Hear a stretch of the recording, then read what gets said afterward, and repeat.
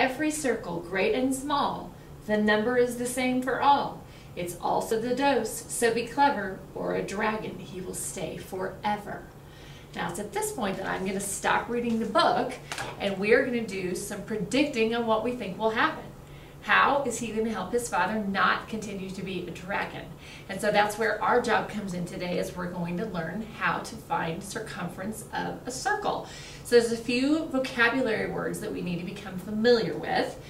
And I'm going to draw and label up here on the team board the parts of a circle. That's what we're going to need to be familiar with first.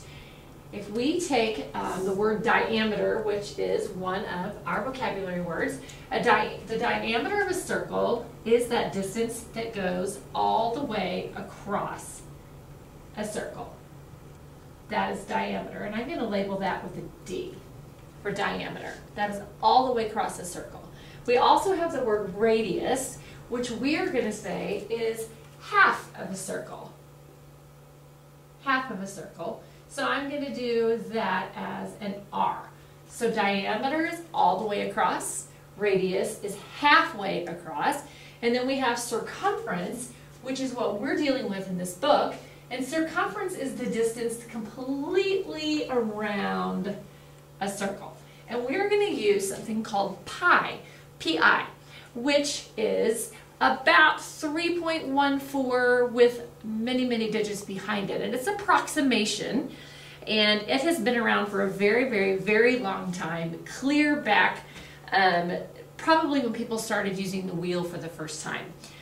People of Mesopotamia, which was now maybe Iran, Iraq, that area, knew probably the ratio about circumference and pi, and the Egyptians knew it as well. And we're going to say that it's about 3.14 for our calculations. So here's what I'm going to have us do.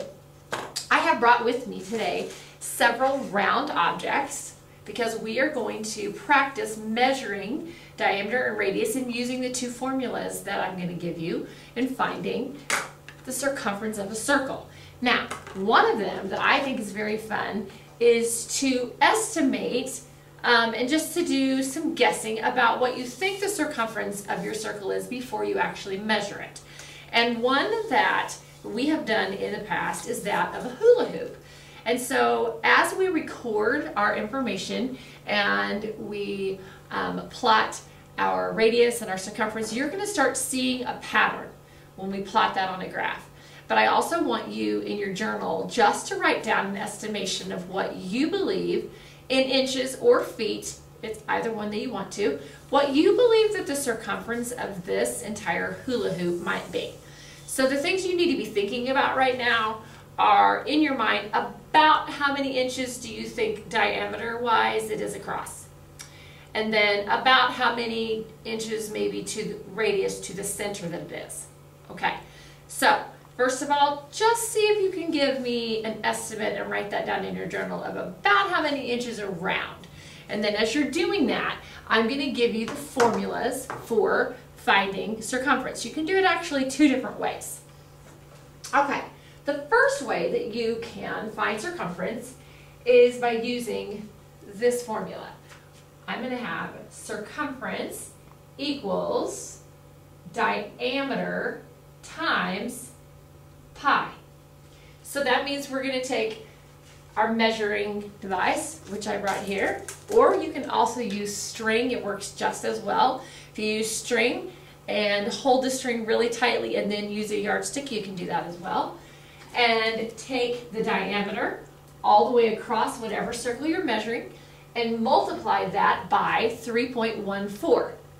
And that's going to give you the distance around the circle to the nearest estimation that we have. You can also, if you don't know the diameter but you know the radius, you can take the circumference and it's going to be 2 times radius times pi. So I want you to think really carefully about why you would need to take 2 times r, then times pi. If radius is half the diameter, then it should make sense to us that radius needs to be taken by 2, then taken by pi, because radius is only half of diameter. So I'm going to do a small one for us to model, and then we're going to do the hula hoop one and see how many people actually got fairly close to their estimation. Okay, so I'm